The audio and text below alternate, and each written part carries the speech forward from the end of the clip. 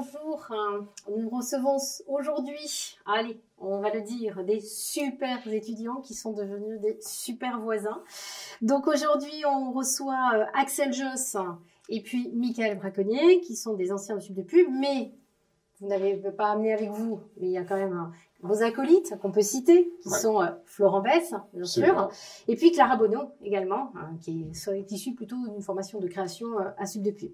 Donc en 2016, vous vous lancez par mon super voisin, qui était initialement une application de service entre voisins, mais le réflexe avait un petit peu du mal à s'installer. Alors on va regarder tout de suite une première vidéo avec mon super voisin, une courte vidéo, mais qui va installer l'application dans son démarrage, comment elle a existé au départ. Donc on va regarder tout de suite la vidéo de mon super voisin. Aujourd'hui, c'est Camille qui reçoit. Et elle a le temps en ce moment. Cela fait déjà plusieurs semaines qu'elle vante les mérites de son bien-aimé, Max. Et c'est vrai qu'il est fort, ce Max. En l'espace de 3 jours, il a débouché l'évier, tondu la pelouse, réparé l'ordinateur et appris à faire de délicieux sushis. Mais ce que vous ne savez pas, mesdames, c'est que Max a un secret. Il était accompagné dans ses tâches par Sophie, Lucas, Michael et Sylvain. Le plus fort, c'est qu'ils ne s'étaient jamais rencontrés avant alors qu'ils étaient voisins. Et tout cela grâce à une mise en relation personnalisée, le matching. C'est simple, rapide et sécurisé. Mon super voisin, le bon coup de main au bon moment.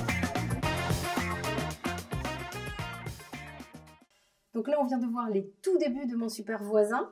Donc les vidéos, presque. On est dans une ambiance assez sympathique, presque, je dirais, de voisins, de copinage. Et puis, bon, progressivement, vous êtes dit, le modèle, il démarre pas trop, on a un petit peu de mal à l'installer. Le Covid arrive, et là, vous vous dites, faut réagir. C'est pas parce qu'il y a le Covid, il faut y aller, il faut bouger. Et donc, on y va, on se remet en question. Un mot-clé que tu m'as cité, qui est venu régulièrement, c'est la résilience.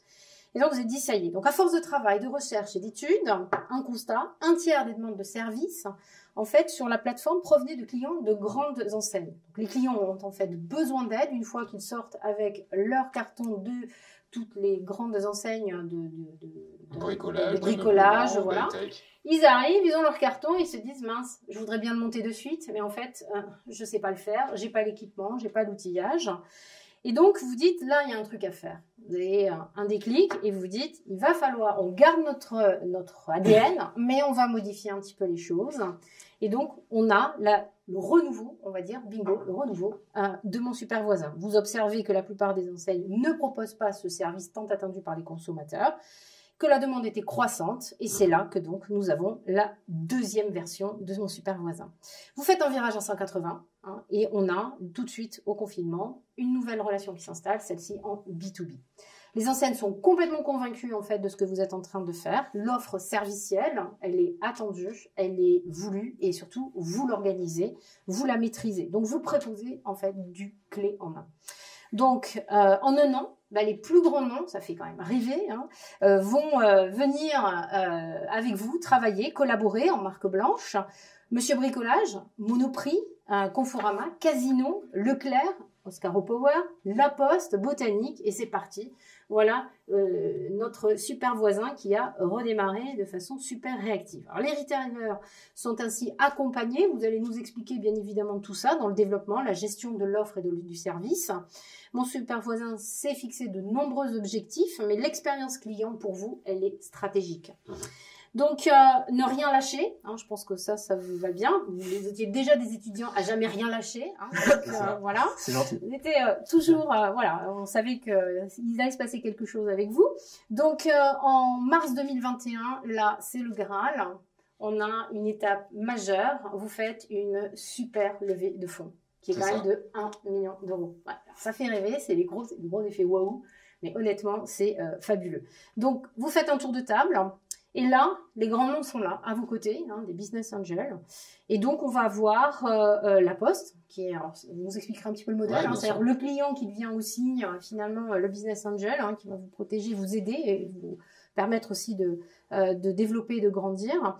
Donc il y a le vice-président de But, le vice-président d'ADO, le CEO du groupe Rocher, on a également voilà, des grands noms. Vous allez tout nous expliquer en détail.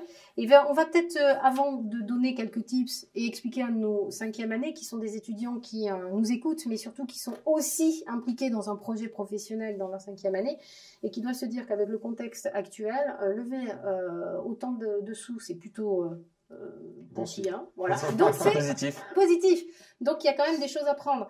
Donc on va regarder tout de suite une vidéo de la nouvelle version de Monsieur le super voisin, parce que là c'est le grand super voisin qui se révèle. Et donc c'est Conforama. On va regarder tout de suite une vidéo où Axel se met en... Ouais, c'est vrai. Voilà, Axel devient acteur de son propre projet, de sa propre startup. Donc on regarde tout de suite une vidéo qui va nous expliquer la 2e version de Mon Super Voisin. Hello, c'est Axel de Mon Super Voisin. Ça faisait longtemps, hein? Aujourd'hui, on se retrouve dans le bureau de Mon Super Voisin pour vous annoncer le lancement de notre partenariat avec Conforama.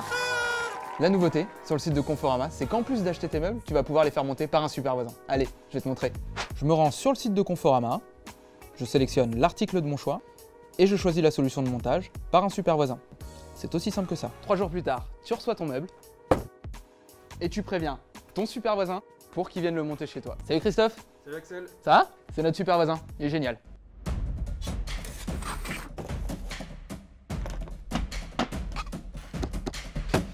Bah merci Christophe. Bah de rien, écoute. C'est super. Vous êtes encore là?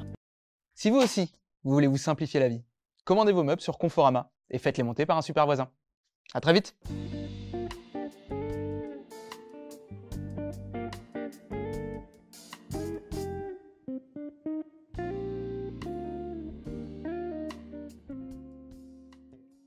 Trois jours plus tard, tu reçois ton meuble et tu préviens ton super voisin. Ah, c'est chiant. J'arrête tout. Donc là, on voit bien quand même aussi la complicité qui vous a unis. Donc du coup, vous allez un petit peu nous raconter comment cette aventure est née entre vous, faire confiance à ses copains, ses potes. Est-ce qu'on peut réellement travailler avec eux? Comment est née cette aventure? Bah écoute, c'est né en fait de mon alternance de 4e et 5e année où j'étais dans une société qui s'appelle ProWeb CE, donc une société qui était leader sur les solutions dédiées au comité d'entreprise. Et en fait, quand je suis arrivé là-bas en 2014, je suis parti en 2016 et 2 ans plus tard, la boîte était vendue à Edenred. Donc, magnifique histoire. Moi, je suis arrivé sur les 2 dernières années, on était 200 salariés quand je suis arrivé. Quand je suis parti, on était 400. On est passé de 150 à 300 millions d'euros de chiffre d'affaires. Donc, en 2 ans, j'ai connu l'hypercroissance, une boîte qui explose complètement et qui se fait revendre à un grand groupe et avec en plus un rachat qui faisait vraiment sens. Et je me suis pas mal rapproché en fait des fondateurs de ProWebCE. Et je me suis rendu compte que leur histoire, qui a eu lieu sur plus de 10 ans, a été super. Et en fait, moi, j'arrivais trop tard dans cette histoire et que finalement, il fallait peut-être construire sa propre histoire et devenir en fait entrepreneur pour, avec aussi ses amis, vivre cette aventure entrepreneuriale. Et c'est de là qu'est venue, si tu veux, l'envie d'entreprendre. Et parti de là, j'en discute avec à la base Lucas, qui est un de mes meilleurs amis d'enfance, avec qui j'étais en sport études basket à l'époque à Évreux. Et lui aussi avait envie de commencer à toucher au milieu startup. Il accompagnait pas mal de boîtes avec son entreprise, donc EY. Il faisait entre autres le prix de l'entrepreneur de l'année. Et il l'organisait avec EY. Et donc, du coup, voilà, on était tous les deux de plus en plus au contact de cet écosystème.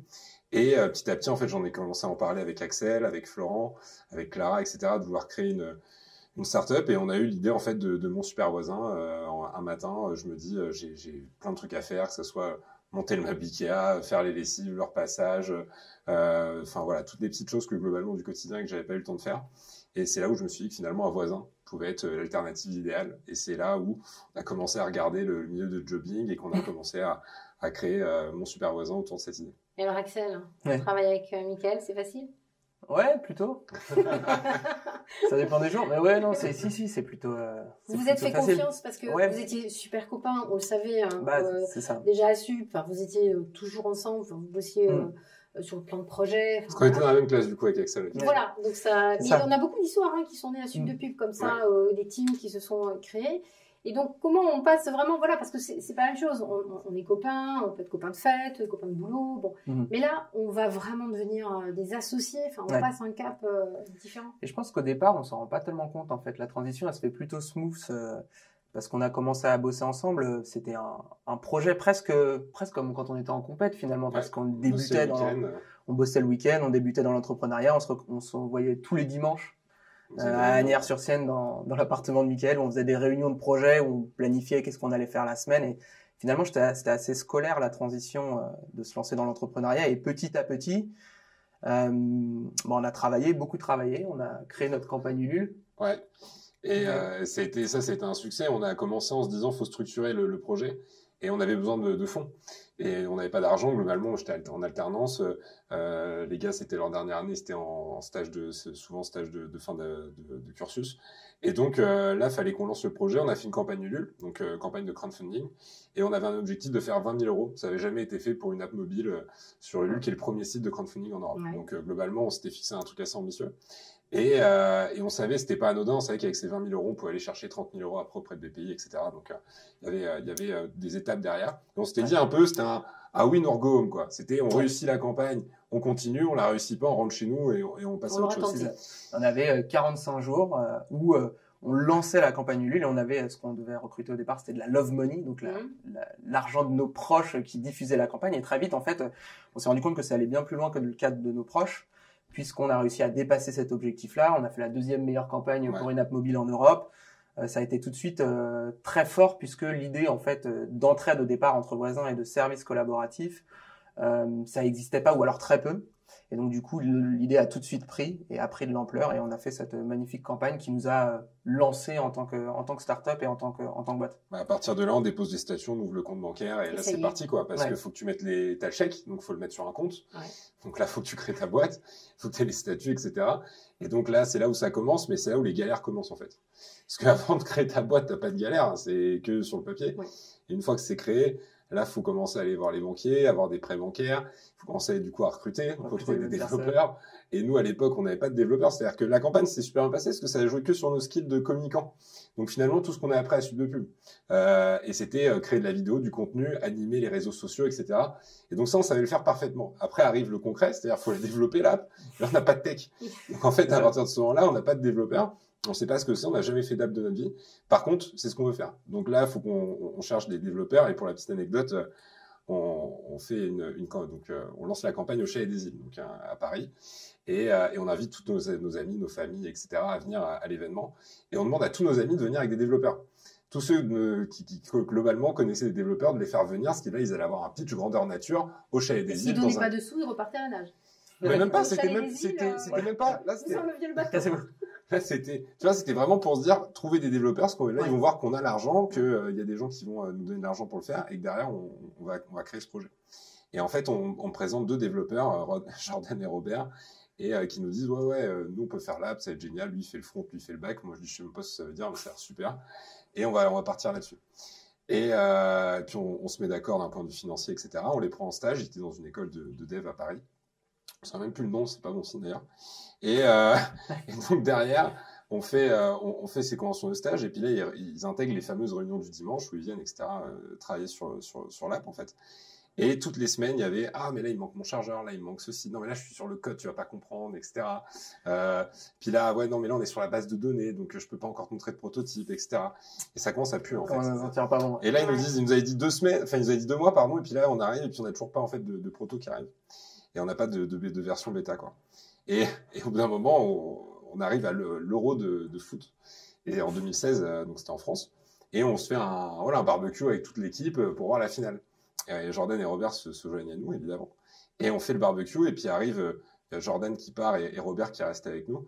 Et on regarde la finale tous ensemble. Et là arrive la mi-temps du match. Et là, t'as Robert qui fait les 400 pas devant moi. Blanc. Je suis avec Lucas, on fait une club sur la terrasse. Et puis, il fait les 400 pas devant moi. Je me dis, mais qu'est-ce qu'il a et d'un coup, je dis, arrête de bouger. Tu me donnes le tournis, là, à faire les 400 pas.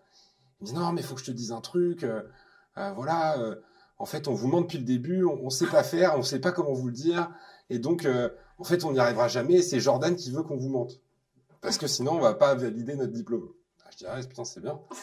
Merci de nous le dire. Merci de nous le dire. Ouais, déjà. Et donc là, je me regarde avec courageux, Vous Lucas. n'avez pas fait le barbecue Là, mais là, et les gars sont à l'intérieur. Moi, je le regarde Lucas. Je dis, il vient vraiment de nous dire qu'on va pas avoir d'app là. Donc je dis, écoute, c'est pas grave, on va regarder la finale et puis on verra ça demain. Et Parce qu'en évidemment, en plus de nous flinguer notre développement, ils nous flinguent notre soirée. ouais, et puis derrière, évidemment, on perd la finale. Donc la soirée Là, de c'est merde. la totale. Et donc là, on rentre chez nous une main devant, une main derrière. Et là, on se dit en fait que là, on comprend ce que c'est l'entrepreneuriat et on comprend que ça va pas être si simple que ça.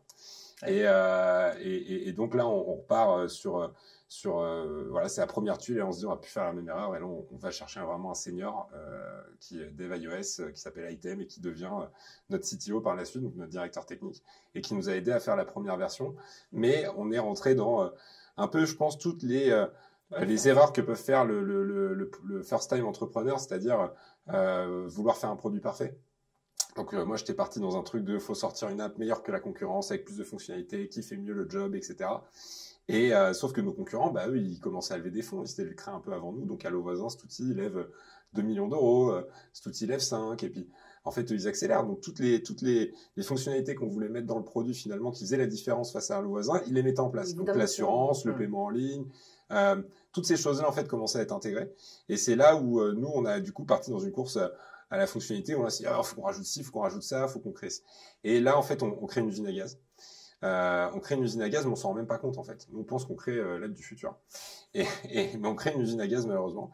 Et quand on la sort, on a une chance, c'est que on était vraiment des brouillards et que pendant tout ce temps de développement qu'on a fait beaucoup trop durer, nous, on a été chercher des préinscrits avec Axel, Florent, etc. Donc, on faisait de la communication sur nos réseaux sociaux. On arrivait quand même jusqu'à 20 000 préinscrits. Donc, on avait 20 000 personnes qui attendaient l'app. Ce qu'il faut savoir, c'est qu'entre Robert et la sortie de l'app, il s'est écoulé 1 an à peu près. Ouais. Oui, quand même. Un an et demi même. Un an et demi. Et Chaque jour Donc ça prend du temps, Ouais. chaque jour compte, donc on est obligé de construire cette communauté Oui. autour. Exactement, et préinscrits. c'était hyper frustrant pour les équipes parce que en fait, vu que la concurrence avançait et que nous on avait peur de sortir, mais en fait on rajoutait des choses et on sortait pas. Donc c'était très frustrant pour les équipes. Par contre, quand on sort, la chance qu'on a, c'est qu'on va voir Apple. Et ça, c'est une autre anecdote. En fait, Apple, je les contacte sur LinkedIn et je contacte tous les directeurs de Apple France et Europe en leur disant voilà, on est mon super voisin, on est une petite start-up, on sort uniquement sur iOS dans un premier temps, on fait une app de service et d'entraide entre voisins. Et vu que vous êtes Apple, vous avez quand même les mieux placés pour nous aider à faire un super lancement sur l'App Store. Et là, j'ai plein de réponses de gens qui me disent c'est super.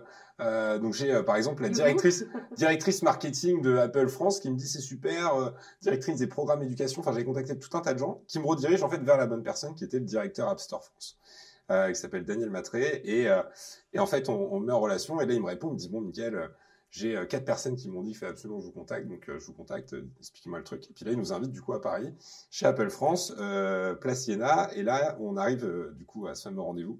On était hyper stressé. Hein. Chez Apple, on représente notre app. On se dit putain. Vous stressez. Franchement, ouais, grave. Tu peux. Non, franchement, grave. Et puis en plus, là, on arrive là-bas et puis il nous dit, heureusement que j'étais avec Sylvain, Lucas et mon frère Sylvain qui parle très bien anglais, qui est notre directeur financier. Et là, on arrive, il me dit, bah voilà, il y a mon patron. Donc, il y a le DG Europe d'Apple, Christopher Musser, qui est là et qui veut participer au meeting. Oh putain. Donc là, on se dit, ok, super. Donc la pression augmente encore. Mais on se dit, super opportunité, avec le DG Europe qui est là. Faut Et tout donc, donner. et là, attends, mais là, on arrive dans la salle Daft Punk, donc truc de ouf. En plus, Place Iéna à Paris, ils ont des locaux de malade Apple. Et on arrive dans la salle Daft Punk et là, on prend notre Mac. Par contre, on sort PowerPoint. Il pète un câble. Je dis, mais comment ça, PowerPoint? Mais les gars, il y a Keynote, etc. Bah, bref. Donc, en plus, le PowerPoint plante. Donc là, évidemment, ils se marrent. Mais on leur présente l'app et ça se passe super bien. Ils nous disent, c'est génial. Et là, ils nous disent, bingo. Le mec se lève, l'anglais Christopher, il se lève, il fait amazing, c'est génial et tout. Et puis là, il nous dit bon, on va vous aider, on va vous mettre en avant sur l'App Store. Donc là, en fait, Apple, tu payes pas pour être mis en avant, contrairement à Google, c'est vraiment une ligne éditoriale. Ils décident ou non de te mettre en avant, donc ce qui appelle être feature sur l'App Store. Et donc, premier jour, on sort l'app. Et là, pour le coup, c'était grosse émotion. On arrive, on sort, on va sur l'App Store. Et là, d'un coup, tu vois mon super voisin sur la home de l'App Store, quoi, direct. Et c'était dans les apps de la semaine avec le bandeau, etc. Et là, on était comme des dingues parce qu'on attendait ça depuis 1 an et demi. Ah, on attendait ça beau, ouais, on attendait ça bien. Et c'était un sacré coup de com'. Ouais. On a eu quoi? Bah, on a eu 20 000 téléchargements directs, plus après on a eu les préinscrits. Donc rapidement, en fait, on a eu 50 000 inscrits sur l'application en l'espace de 3-4 mois. Donc très rapidement, on a eu beaucoup d'inscrits, mais on n'a pas eu de rétention parce que l'app, comme j'ai dit, c'était un peu usine, elle était mal faite. Et on s'est retrouvé à avoir en fait peu de rétention Et là, on se rend compte qu'une fois que la magie s'arrête de la feature, parce que ça dure une semaine, ça s'arrête. Et là, t'as plus en fait d'inscrits. Et là, ceux que t'avais réussi à avoir ne restent pas. Et là, en fait, tu te rends compte de ce que c'est l'acquisition payante et d'aller chercher chaque utilisateur à la main et pour créer cette fameuse masse critique qui va te permettre derrière de générer vraiment de la croissance. Et on n'a jamais réussi à atteindre ce plafond malgré tous les investissements, surtout humains qu'on a mis, parce qu'on n'avait pas beaucoup de moyens financiers. Street marketing, on a envoyé du flyer partout, on avait des X-bags où on avait, comme les hommes sandwich. Vous êtes mis en scène, hein? On s'est mis en scène, on a fait plein de vidéos, on a envoyé beaucoup de contenu, on a fait des jeux concours, on a fait vraiment beaucoup de choses. On a fait 2 autres campagnes de crowdfunding, enfin on a vraiment animé le truc. Et on a été chercher en parallèle tous les financements possibles et imaginables. Donc on a fait 4 prêts bancaires auprès de 3 banques différentes.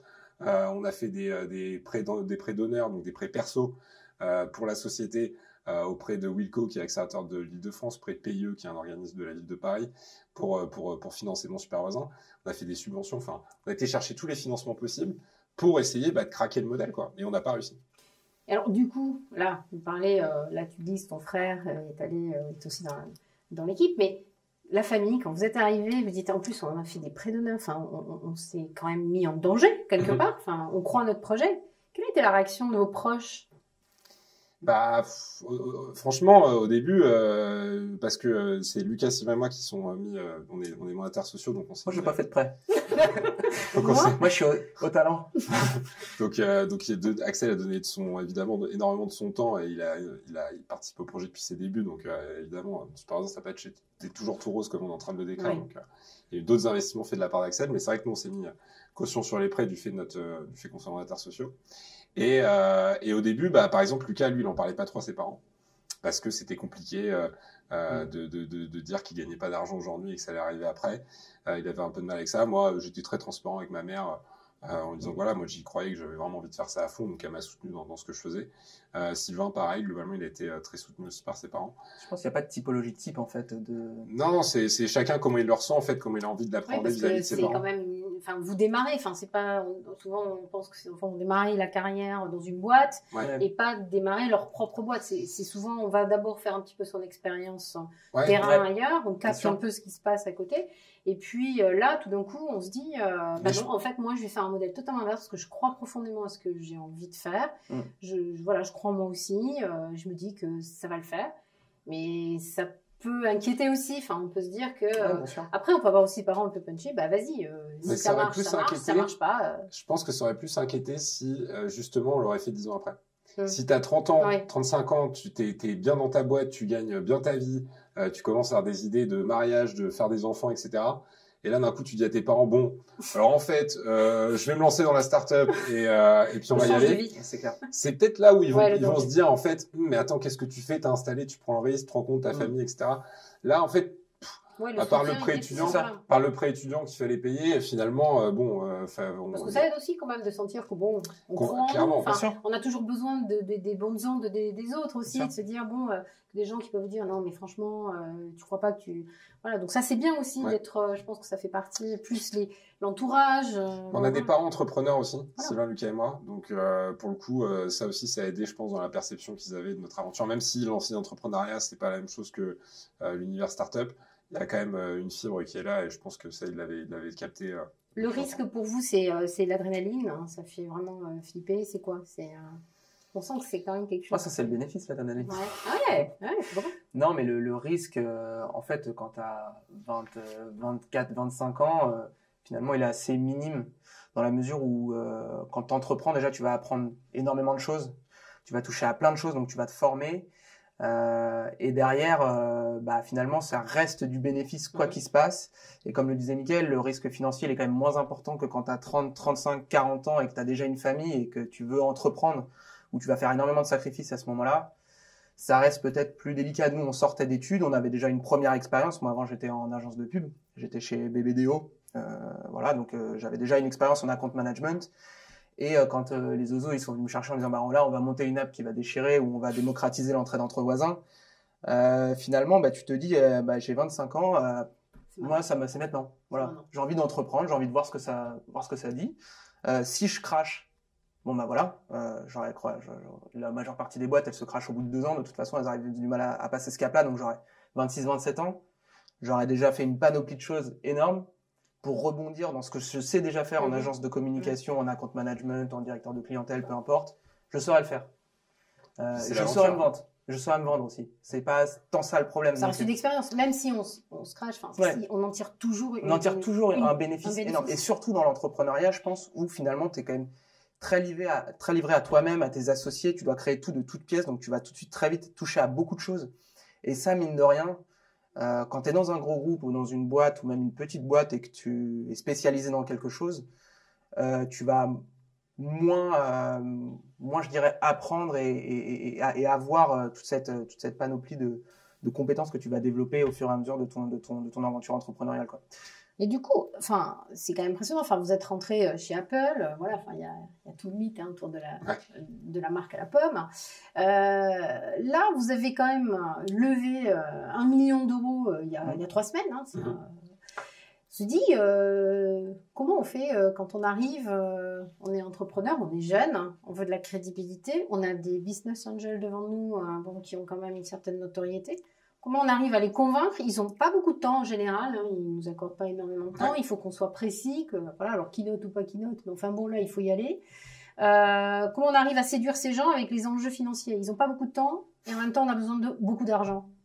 Au début, pour le coup, c'est moi qui ai géré le roadshow. Donc, le roadshow, c'est vraiment tour de table. Exactement, tout le tour de table. Donc, aller voir chaque investisseur pour les convaincre d'investir chez mon super voisin.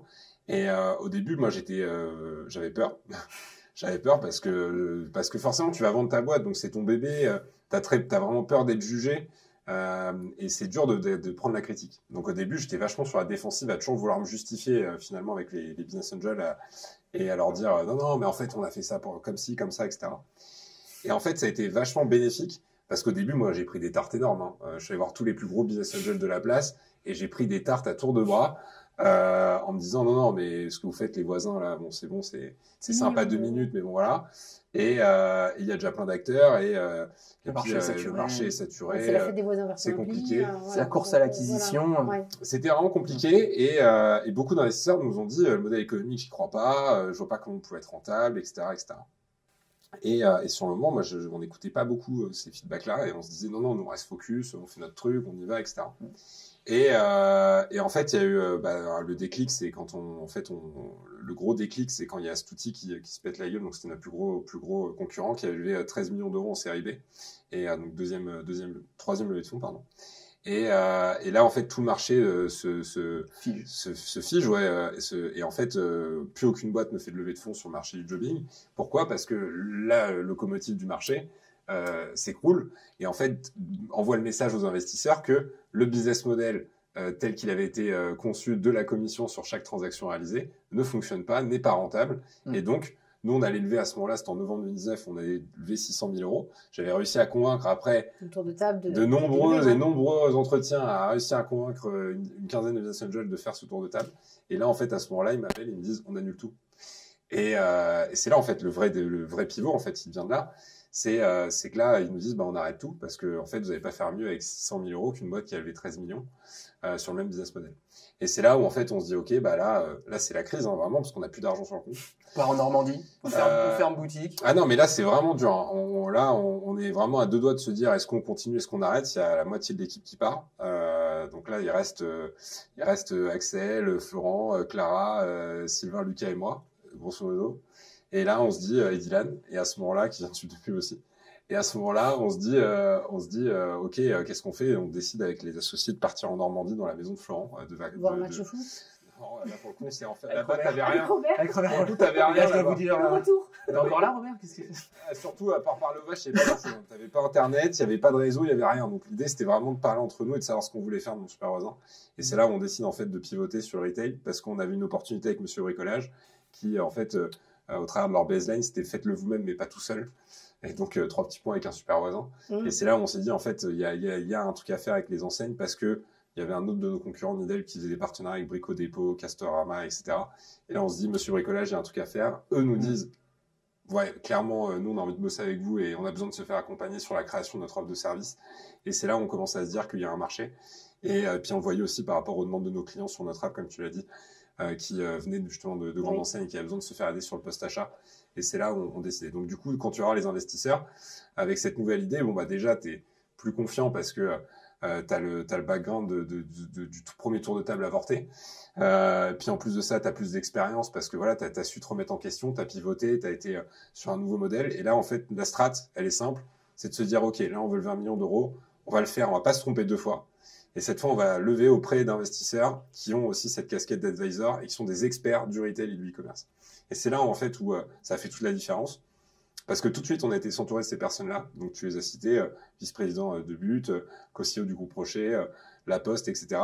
pour justement nous aider à concevoir notre nouvelle offre, donc notre solution servicielle pour les retailers et commerçants, comprendre les attentes des retailers et commerçants, comprendre aussi leurs spécificités et les contraintes qu'on pouvait avoir avec eux, et donc créer cette offre. Et donc là, t'enchaînes les meetings, donc c'était LinkedIn, hein, cold mail, bonjour, je suis Mickaël, je te contacte parce que tu es expert sur le e-commerce ou tel sujet, j'ai besoin de te rencontrer parce que... Une vraie prospection pure et dure. Pure et dure, voilà. pure et dure. Elle n'est pas terrain comme on l'avait mais vu, c'est, elle est digitale, mais elle est c'est efficace. clairement ça, c'est digital, c'est LinkedIn, c'est aussi, voilà, tu scrapes les numéros de téléphone avec des outils de gros hacking et tu vas derrière contacter les mecs sur leur numéro de téléphone en disant je t'ai envoyé un mail, je t'ai envoyé un message, faut absolument que je te vois, je suis fondateur de mon super voisin et je suis sûr que tu peux nous aider parce qu'aujourd'hui on traite tel sujet et tu es un expert sur ce sujet-là, donc ça me paraît évident qu'il faut qu'on le traite ensemble. Et en fait ça a marché. Ça a marché et là tu convaincs 40 investisseurs, c'est la folie, ils sont tous à fond derrière toi, et ils t'aident, ils poussent en fait, ils donnent de la... Vraiment, t'es tout seul. Et d'un coup, t'as 40 bonhommes qui poussent avec toi. Donc, ça change tout. La responsabilité aussi, quand même. Enfin, bah, bien sûr. Alors là, c'est structuration de la boîte. T'as un board, t'as la Poste qui rentre. Donc, la Poste, je raconte aussi, mais la Poste, on est au fond du trou quand on rencontre la Poste. Vraiment, c'est hyper compliqué avec Axel. Axel, je le traîne presque au rendez-vous en disant, t'inquiète, on va y arriver cette fois.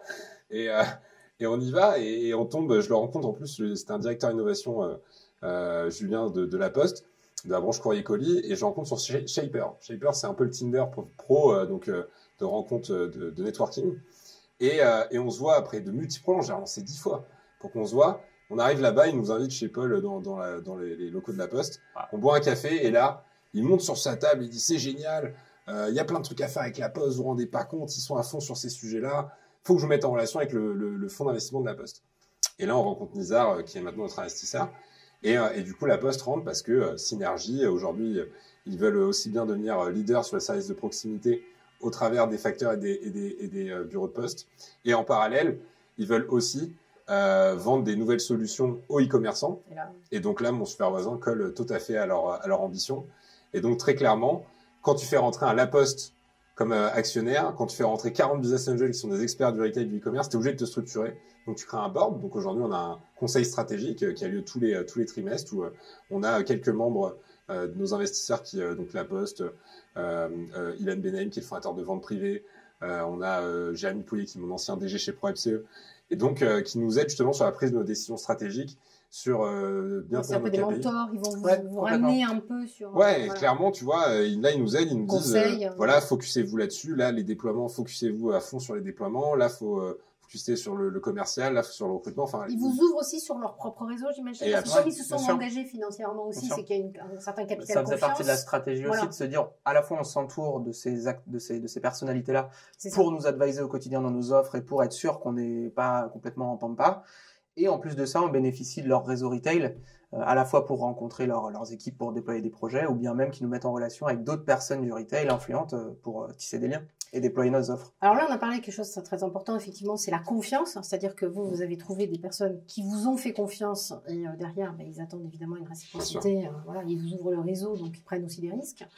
La confiance, elle vient aussi dans l'offre servicielle, c'est-à-dire que vous allez mettre en relation des personnes qui ne se connaissent pas, mais qui vont venir aider le particulier à l'aider sur le montage de son meuble, par exemple. Dans ces cas-là, comment on fait aussi pour recruter ces personnes? Parce que c'est très important que cette confiance, elle puisse être garantie, parce que c'est aussi la crédibilité de mon super voisin. Donc, comment vous faites pour recruter des personnes de confiance aussi? Aujourd'hui, nous, notre promesse, c'est de venir sublimer l'expérience client de nos partenaires. Donc, la qualité de service, du coup, elle va être primordiale, parce qu'aujourd'hui, si ta qualité de service, elle est mauvaise, tu vas venir détériorer l'expérience au lieu de venir la sublimer. Donc, on est sur quelque chose qui fonctionne pas.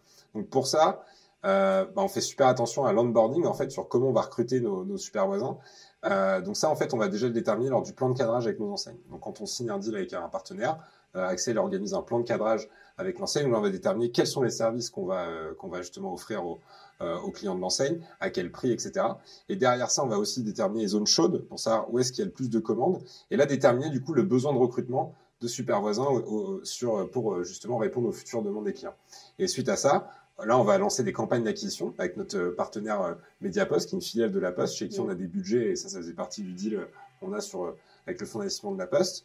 Et donc, il va nous permettre de réaliser des campagnes d'acquisition digitales et aussi offline pour aller chercher justement ces auto-entrepreneurs, artisans, petites sociétés locales qui vont réaliser les prestations justement pour les clients de nos partenaires. Et derrière, comment on s'assure de la qualité? Sur l'onboarding. Donc, l'onboarding, il se fait en 3 étapes. Première étape, ça va être un questionnaire en ligne où là, on va vraiment essayer de poser des questions sur les motivations du candidat à travailler avec nos partenaires, sur sa formation, ses expériences, s'il a des photos de ses présentes réalisations, s'il a des avis à nous communiquer sur d'autres plateformes. Et suite à ça, si le questionnaire nous convient, à ce moment-là, on part sur un entretien visio. Si entretien visio, là, on creuse les réponses qu'il y a eu lors du questionnaire. Et si cet entretien nous convient, à ce moment-là, on lance sur une mission test. Si la mission test est un succès, à ce moment-là, on le valide sur la plateforme. Et on va aussi valider pièce d'identité, cabis, justificatif de domicile, etc. Donc, il y a une vraie vérification qui est faite. Et il y a un contrôle continu. Donc, dès que tu as une note inférieure à 4 sur 5, on appelle les 2 parties pour savoir ce qui s'est passé. Et potentiellement, on peut être amené à mettre un avertissement ou à radier le super voisin s'il ne correspond pas à notre charte qualité bonne conduite. Parce que du coup, ça vous oblige aussi à avoir des personnes qui sont un peu experts dans le recrutement, qui vont regarder, que évidemment, ils ne vous vendent pas un service qu'ils ne sont pas capables de faire, qui sont nous, on a un pôle dédié, en fait. Dédié à ça.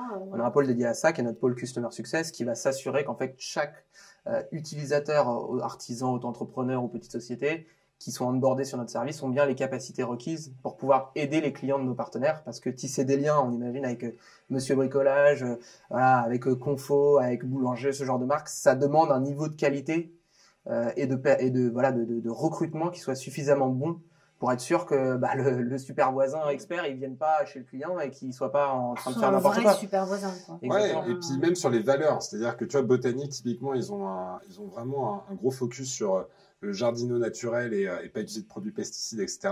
Et en fait, typiquement, on a travaillé notre onboarding avec Botanique pour faire en sorte qu'il y ait des questions qui soient posées, qui ne soient pas des questions évidemment directes, mais un peu induites, où on va essayer de détecter justement les personnes qui seraient amenées à utiliser des pesticides ou qui s'en fichent et qui n'ont pas forcément de sensibilité vis-à-vis de ça. Ouais, donc ça, c'est quand même un pan très important aussi, cette confiance qu'on va trouver, aussi bien chez les investisseurs comme on l'a vu, mais effectivement sur les personnes que vous allez recruter, qui représentent aussi parce que vous êtes surtout en marque blanche. Quand on est en marque blanche. Et c'est ça, tu as raison de le dire, Anne-Marie, c'est que quand tu es en marque blanche, c'est les services de l'enseigne. C'est ça. C'est découvrir les services à domicile Confo, découvrir les services à domicile par Monsieur Bricolage, donc ils peuvent eux-mêmes, en tant que marque, pas se permettre de proposer du service à domicile qui réponde pas à un certain standard de la marque et un niveau de qualité. C'est là qu'on faut, alors mon super voisin, comment vous dire, ça va pas du tout. C'est ça. Là, c'est pas possible. Le mauvais buzz va arriver très très vite. T'es mort en fait, parce qu'en plus c'est un petit milieu le retail e-commerce, donc c'est tout l'avantage. Tu vois, avec notre tour de table, on a 40 experts, donc ils connaissent tout le monde. Donc du coup, tout de suite, t'es très ouvert sur l'écosystème. Mais à l'inverse, si tu fais n'importe quoi, ça c'est tout de suite. C'est tout de suite, tu peux très vite être grillé aussi. Donc t'as pas le droit à l'erreur. Donc on y va quand même crescendo, tu vois, pour pas se brûler les ailes. Mais voilà, faire très attention à ça, et c'est la métrique clé, c'est la qualité de service. Ouais, satisfaction client. Et donc du coup, aujourd'hui, quels sont les différents métiers qu'on trouve au sein de mon super voisin? Parce que donc vous avez parlé de la com, vous sortiez de l'école, vous étiez vraiment aguerri, formation complémentaire, tout ce qui est start-up, commercial. Aujourd'hui, quels sont les métiers qu'on retrouve dans votre structure, hormis celles qu'on pourrait imaginer très proches dans vos esprits, mais il y a sans doute des métiers aujourd'hui spécifiques dont vous avez besoin. Chez nous, on a forcément un pôle sales qui est très développé, puisque l'objectif c'est de mettre en place des projets et forcément de signer des deals B2B avec nos potentiels prospects. On a un pôle account management, donc qui vont mettre en place les différents projets qui sont signés par le pôle sales et les déployer, s'assurer que tout se passe bien avec nos partenaires. On a un pôle growth qui va s'occuper justement d'acquérir tous les experts qui vont répondre aux besoins de nos partenaires. On a un pôle tech, forcément, qui va se mettre tech produit, qui va développer nos solutions et qui va les intégrer dans les différents écosystèmes de nos partenaires. On a un petit pôle juridique et finance, mais qui est représenté par une grande personne. Du coup, ça reste un gros pôle pour s'assurer que tout se passe bien, à la fois sur le juridique, à la fois sur la finance, qui pilote la finance au quotidien de notre boîte. On a quoi d'autre comme pôle Customer Success, c'est le dernier. Donc là, c'est vraiment toutes les personnes qui vont répondre au téléphone, qui vont accompagner les clients dans leurs besoins, qui vont aussi prendre le besoin par téléphone, parce qu'on veut que ce soit accessible à tous. Donc, tu as aussi une hotline qui permet aux clients qui sont pas à l'aise avec les smartphones de pouvoir aussi réserver une prestation par téléphone. Donc, l'idée, c'est vraiment les accompagner de A à Z dans la création, la gestion et le développement de leur offre de service. Et puis, j'imagine aussi des experts sur l'UX, enfin, travailler complètement dans le pôle produit. Dans le pôle produit. Voilà, produit, il y a de la strat, de la créa, du digital. Voilà, on va retrouver presque tous les métiers qu'on trouve dans la formation là-dessus. Tu as une product designer dans notre équipe, tu as un product designer qui lui gère tous les parcours utilisateurs. Tu as notre CTO et après tu as développeur, back-end, front, etc.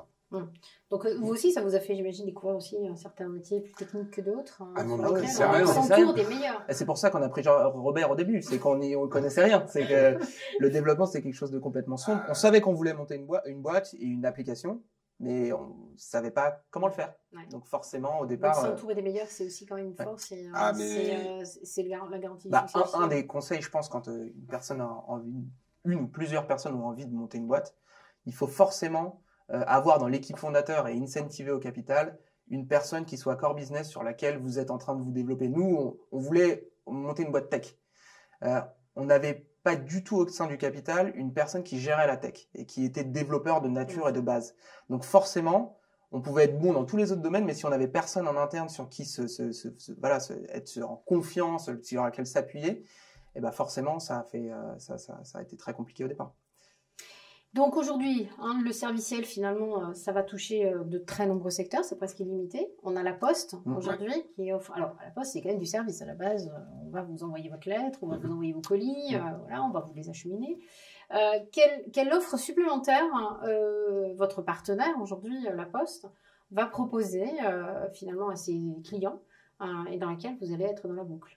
Quelles sont ces nouvelles offres en gros, sur lesquelles vous êtes impliqués, vous? Donc la Poste, ils veulent vraiment développer tous les services de proximité. Ils veulent vraiment, leur besoin, c'est simplifier la vie. Donc pour eux, c'est tous les services qui vont venir simplifier la vie des clients. Donc là, ils ont développé Veiller sur mes parents, donc le facteur qui vient chez les personnes pour prendre des nouvelles. Ils ont développé le code de la route. Donc maintenant, tu peux passer le code de la route dans les bureaux de poste.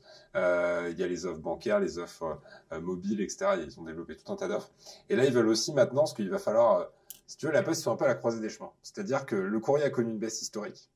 C'est moins 23%, je crois, cette année, alors que d'habitude, c'était moins 7, moins 8. Et par contre, ils ont eu une hausse du colis, croissance du colis extraordinaire. Sauf que la problématique de la Poste, c'est qu'Amazon leur apporte la majorité des colis. Et sauf qu'Amazon, ils sont en train petit à petit d'internaliser cette livraison du dernier kilomètre. Et donc, au fait, la Poste se retrouve à bientôt avoir, en fait, Amazon comme... Ils vont passer de premier client de la Poste à premier concurrent de la Poste. Ils vont travailler pour d'autres e-commerçants pour aussi gérer la logistique et la livraison. Et donc, la Poste est obligée de se réinventer. Et donc là, on développe tous les services de conciergerie, de proximité pour aussi donner un nouveau métier au facteur. C'est-à-dire que le facteur, demain, il va peut-être plus distribuer de courrier, il va peut-être distribuer moins de colis, même si là, c'est en croissance, mais avec Amazon, ça peut être le cas. Et donc, il faut lui trouver de nouveaux métiers.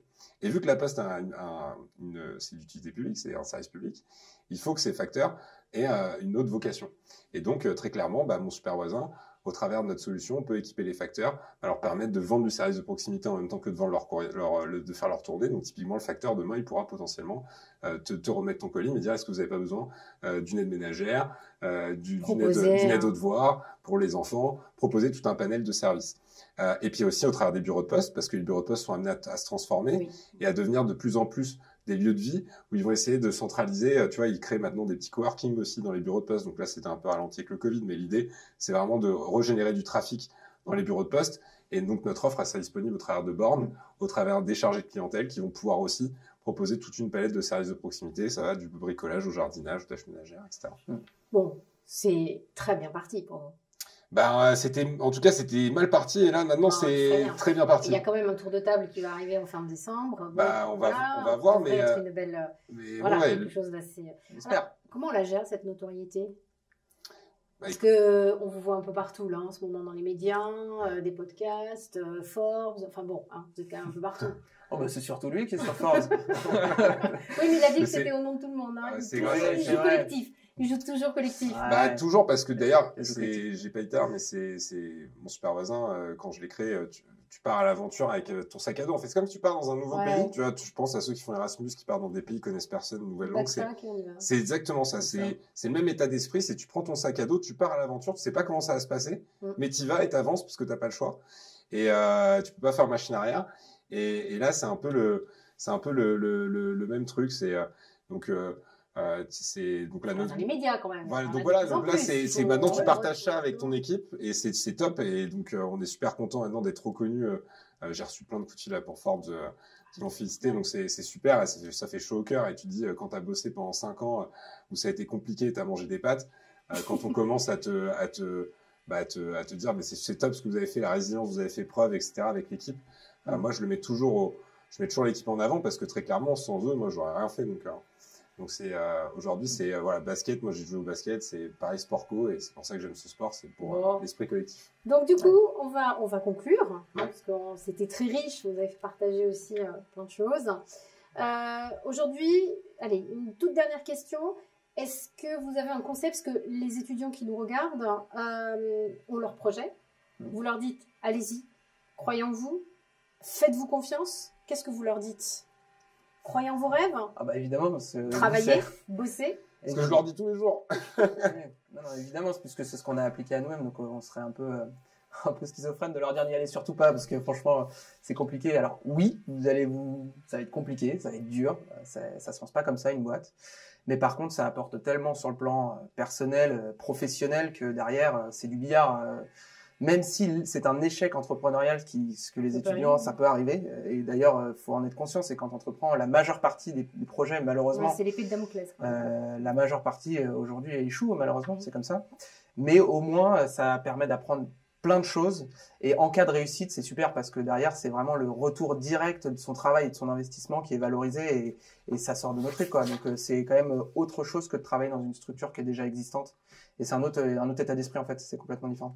Ouais, et puis c'est vraiment se faire confiance et se dire de toute façon je vais pas sortir la meilleure start-up, le meilleur projet du premier coup. C'est comme les peintres, c'est comme tous les artistes, leur première œuvre c'est rarement la meilleure. Donc il faut se lancer, il faut rater, il faut échouer. Moi je suis convaincu que le succès il passe par l'échec. Donc par contre il faut être résilient. Moi j'en suis convaincu. Faut être résilient, faut continuer de se battre, faut continuer de bosser. Et évidemment le travail il paye. Donc faut continuer, et puis même si on se mange des baffes et des portes, bah c'est pas grave, c'est ce qui va permettre demain de savoir riposter, s'endurcir exactement, et réussir et trouver la bonne idée, parce que c'est à force de réfléchir. Mon super voisin, on avait le truc devant nous depuis le début et on est passé à côté au début, puis on a réussi à rattraper les wagons. Donc en fait faut pas perdre espoir, il y a toujours une bonne issue si on est motivé et qu'on est bosseur. Et enfin votre meilleur souvenir au sup? Ouais, moi j'en ai pas mal. T'en as pas mal. Alors, un seul. Il y a eu un seul. Un seul, parce qu'après. Moi, je pense que c'est le voyage au ski du BDE qu'on avait organisé quand on était au BDE. Forcément, c'était des super souvenirs, parce que voilà, on t'organise le voyage. En plus de ça, tu vas faire du ski, c'est quand même très cool. Et non, franchement, ça c'était vraiment un bon état d'esprit, un chouette souvenir. J'aurais pu parler du passeport aussi. Du BTS. On va pas prendre le truc. Moi, pour ma part, c'était Delphine Cocard, qui était notre prof en relations commerciales, qui m'avait pris à part un jour. Elle m'a dit Mickaël, faut vraiment que tu fasses du commercial, t'as ça dans le sang et tout. Donc fonce et fais ça, parce que vraiment, je suis convaincu que tu vas y arriver là-dedans. Et j'ai suivi son conseil. Et après, je suis parti en école de commerce à l'INSEC, et c'est super bien passé aussi pour moi, et c'est ce qui m'a donné aussi le goût du commerce. Et donc je le remercie. Et franchement, c'était un super souvenir, parce que derrière, c'est ce qui m'a mis sur la voie. Bah super. En tout cas, merci pour ce partage, parce que je pense que nos étudiants, de toute façon, voilà, ils ont aussi besoin de cette note positive. On sait qu'on peut se reconstruire, rebondir, travailler sur cette résilience dont vous avez beaucoup parlé. Et d'ailleurs, tout de suite après, on va enchaîner avec les rendez-vous toute la semaine des incubés qui viennent nous partager, et bien comme vous, l'expérience que vous avez traversée avec les tops, les flops, les tips. Voilà. Donc, juste après vous. Donc, on vous retrouve tout de suite après. Merci beaucoup. Merci à vous. Super voisin. Mais super voisin.